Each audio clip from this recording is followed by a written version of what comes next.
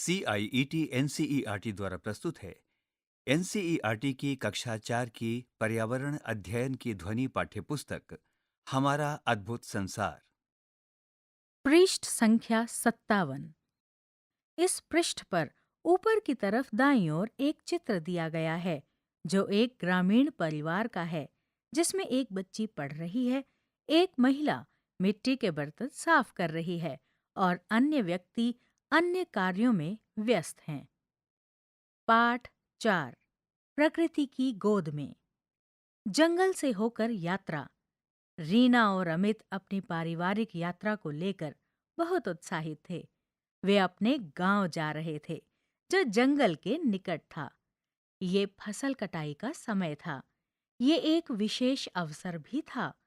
उस दिन उनका गांव पूरी तरह से सौर ऊर्जा से प्रकाशित होने वाला गांव बनने जा रहा था। वे पूरे गांव को प्रकाश में जगमगाते देखने और इस उत्सव का आनंद लेने के लिए आतुर थे।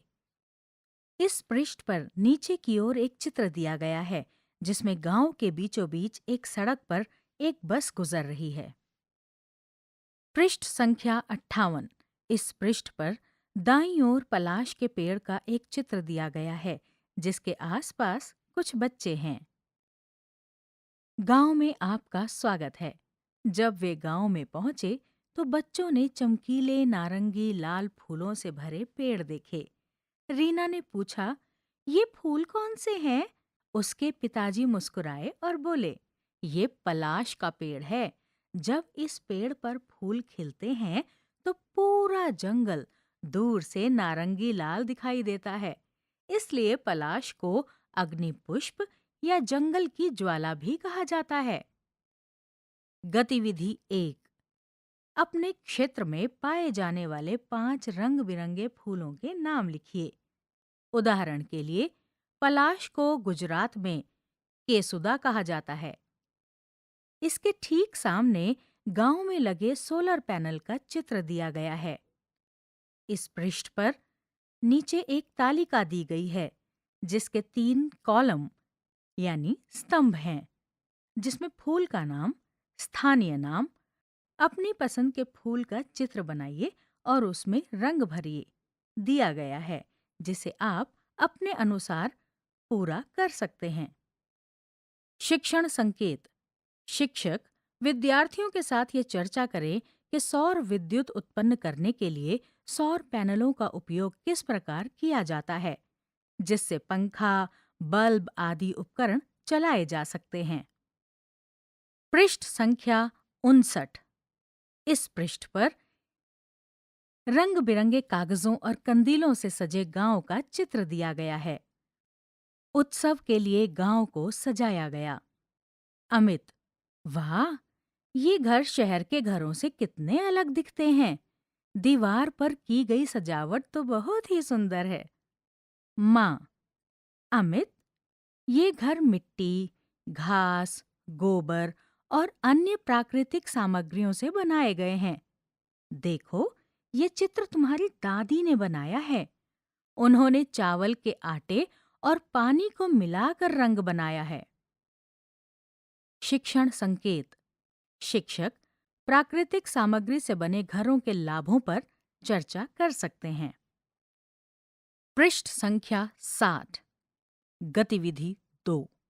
प्राकृतिक वस्तुओं जैसे मिट्टी, लकड़ी, सूखी घास, दूब, पत्ती आदि का उपयोग करके एक घर का प्रतिरूप, मॉडल बनाइए। इसे अपनी रुचि की किसी कला शैली से सजाइए। रीना और अमित घर के अंदर खेलने लगे। उन्होंने देखा उनकी दादी एक कपड़े पर चित्र बना रही थीं। अमित ने रंगों के विषय में पूछा। दादी ने बच्चों को बताया कि ये रंग फूलों, पत्तियों और रंगीन पत्थरों के पाउडर से बनाए गए हैं। क्या आप जानते हैं, गोंड कला दीवारों पर प्राकृतिक रंगों से की जाने वाली एक चित्रकला है। कलाकार इसमें पेड़ पौधे, पशु पक्षी और मनुष्यों के चित्र बनाते हैं। पृष्ठ की दाईं तरफ ऊपर की ओर दादी प्राकृतिक रंगों से चित्र बना रही हैं। इस पृष्ठ में बाईं ओर उदाहरण के तौर पर गोंड कला का एक चित्र दिया गया है जिसमें पेड़ पौधे और जानवर बने हुए हैं। गतिविधि 3। आइए हम एक प्राकृतिक रंग तैयार करें। चरण 1।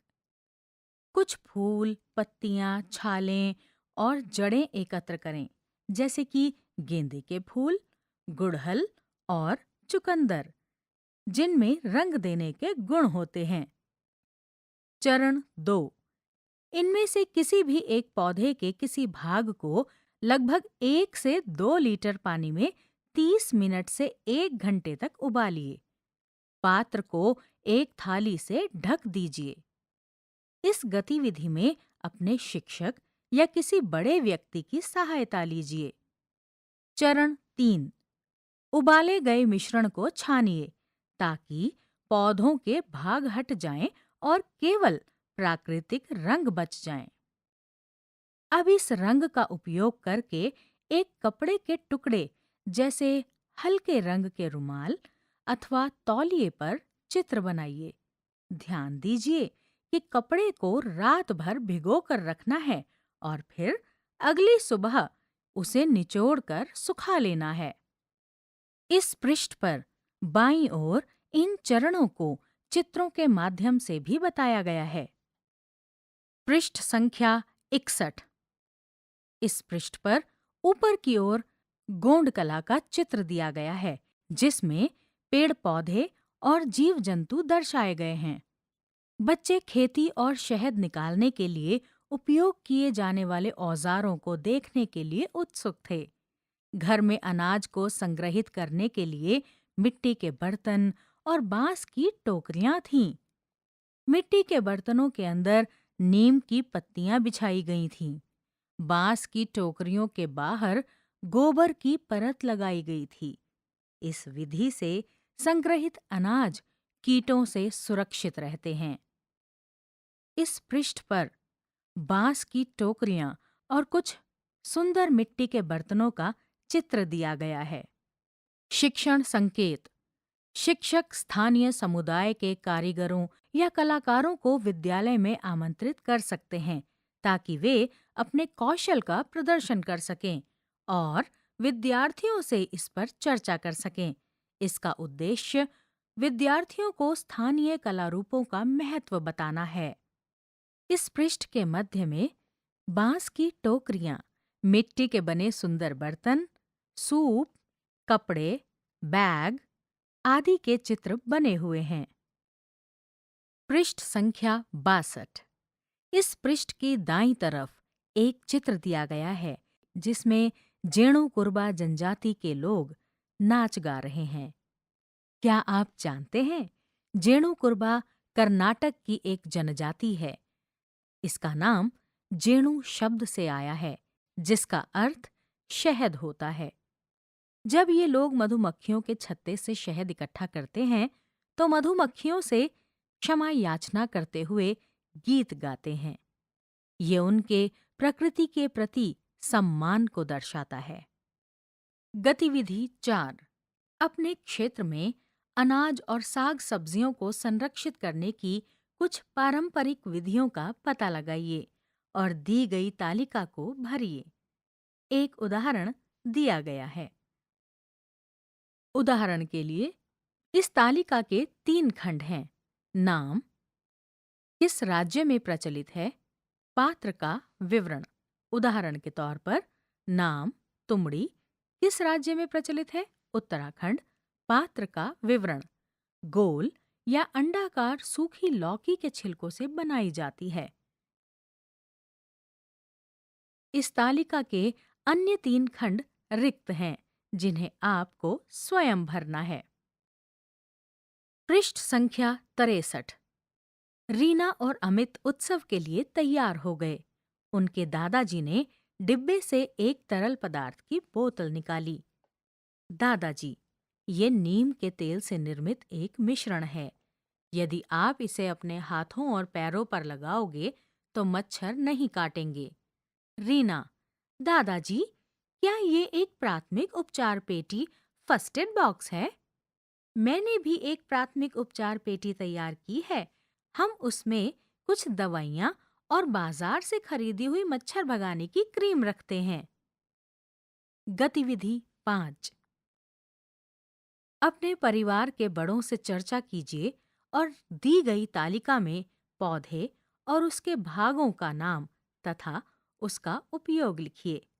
इसके ठीक सामने गोंड कला का चित्र दिया गया है, जिसमें पेड़ पौधे और पशुओं के चित्र हैं। इस तालिका के 3 खंड हैं: पौधे का नाम, पौधे का भाग और उपयोग। उदाहरण के तौर पर, पौधे का नाम तुलसी, पौधे का भाग पत्तियां, उपयोग आपको स्वयं लिखना है। इसी प्रकार, पौधे का नाम अजवाइन, पौधे का भाग और उपयोग आपको स्वयं लिखना है। और अन्य 3 पौधों के नाम, पौधों के भाग और उपयोग स्वयं लिखिए। चर्चा कीजिए। प्रश्न 1। प्राथमिक उपचार पेटी में कौन-कौन सी वस्तुएं रखनी चाहिए? प्रश्न 2। आपके अनुसार यदि किसी को चोट लग जाए तो उन्हें प्राथमिक उपचार देना आवश्यक क्यों है? पृष्ठ संख्या 64। इस पृष्ठ में दाईं ओर ऊपर की तरफ उड़ते हुए पक्षियों का चित्र दिया गया है। जहाँ प्रकाश होता है, वहाँ जीवन में आनंद होता है। शाम को पूरा गांव रंग बिरंगे प्रकाश से जगमगा उठा। सभी लोग एक बड़े मैदान में एकत्रित हुए। लोग पारंपरिक कपड़े और आभूषण पहने हुए थे। उत्सव आरंभ होने से पहले ईश्वर और प्रकृति माँ की प्रार्थना की गई। ढोल और नगाड़ों की ध्वनि से वातावरण गूंज उठा। उत्साही धुनों ने सबको थिरकने पर विवश कर दिया। अमित और रीना भी इसमें शामिल हुए और उन्होंने पारंपरिक नृत्य का आनंद लिया। इस पृष्ठ पर सजे हुए गांव का एक दृश्य दिया गया है, जिसमें गांव के लोग पारंपरिक तरीके से सजे धजे परिधानों में नृत्य कर रहे हैं। पृष्ठ संख्या 65। गतिविधि 6। अपने क्षेत्र के पारंपरिक नृत्य और गीतों का पता लगाइए। अपने सहपाठियों और शिक्षकों की सहायता से अपने विद्यालय के वार्षिक दिवस पर एक पारंपरिक नृत्य प्रस्तुत कीजिए। चर्चा कीजिए। कल्पना कीजिए कि आपके क्षेत्र में 2 दिनों तक कोई प्रकाश नहीं है। आपके जीवन में क्या परिवर्तन आएंगे? रीना और अमित अपने गांव के व्यक्तियों और प्रकृति के मध्य सुंदर संबंधों को देखकर अचंभित रह गए। उन्होंने विचार करना आरंभ किया कि वे प्रकृति के लिए क्या कर सकते हैं और किस प्रकार प्रकृति के प्रति आभार व्यक्त कर सकते हैं। क्या आप जानते हैं, पवित्र उपवन वन के छोटे छोटे भाग होते हैं, जिन्हें स्थानीय समुदायों द्वारा संरक्षित किया जाता है। इनके भीतर के पेड़ और वन्य जीव सुरक्षित रहते हैं। ये ऐसे महत्वपूर्ण स्थान होते हैं जहां समुदाय के लोग एकत्रित होकर पूजा करते हैं और प्रकृति की सुंदरता का उत्सव मनाते हैं। गतिविधि 7। अपने बड़ों से बात कीजिए और जानिए कि आपके क्षेत्र में जंतुओं और पौधों से जुड़ी कौन-कौन सी परंपराएं और पर्व मनाए जाते हैं। उदाहरण के तौर पर, पर्व का नाम वट सावित्री, संबंधित पौधा या जंतु वट वृक्ष यानी बरगद का पेड़। गतिविधि पूजा। पर्व का नाम हरी जिरोती, संबंधित पौधा या जंतु फल देने वाला वृक्ष। गतिविधि वृक्षारोपण। पर्व का नाम कांजीरंगा हाथी महोत्सव, संबंधित पौधा या जंतु हाथी। गतिविधि जागरूकता अभियान। इसी प्रकार 2 खंड रिक्त छोड़े गए हैं, जिन्हें आपको स्वयं भरना है। अपने देश के विभिन्न भागों में हम पेड़ पौधों और जीव जंतुओं की पूजा करते हैं। ये प्रक्रिया हमारे द्वारा प्रकृति का सम्मान और उसकी रक्षा करने की समृद्ध परंपरा को दर्शाती है। इस पृष्ठ के मध्य में एक चित्र दिया गया है जिसमें एक लड़का और एक लड़की जीव जंतुओं की देखभाल कर रहे हैं। हमारे आसपास के पेड़ पौधों और जीव जंतुओं की देखभाल करने के कुछ तरीके यहाँ दिए गए हैं। बिंदु 1, कागज को व्यर्थ न करें। बिंदु 2, प्लास्टिक का उपयोग न करें। बिंदु 3, पौधों को बचाने के बारे में जागरूकता फैलाएं। पृष्ठ संख्या 67। इस पृष्ठ पर चित्रों के माध्यम से ये समझाया जा रहा है कि हम अपने पर्यावरण और पशु पक्षियों का ध्यान कैसे रखें। पहले चित्र में पक्षियों के लिए खाना और पानी, दूसरे चित्र में वृक्ष लगाएं, तीसरे चित्र में स्वच्छता अभियान आयोजित करें। आइए विचार करें, वे कौन कौन सी वस्तुएं हैं जो हम अपने दैनिक जीवन की आवश्यकताओं हेतु प्रकृति से प्राप्त करते हैं। पृष्ठ के मध्य में एक तालिका दी गई है जिसके 2 भाग हैं। 1, दैनिक आवश्यकताएं। 2, प्रकृति से प्राप्त वस्तुएं। जैसे दैनिक आवश्यकता भोजन, प्रकृति से प्राप्त वस्तु फल। प्रकृति से प्राप्त अन्य 3 वस्तुओं के लिए रिक्त स्थान दिए गए हैं जिन्हें आप स्वयं भरेंगे। इसी तरह दैनिक आवश्यकता वस्त्र, प्रकृति से प्राप्त वस्तु कपास।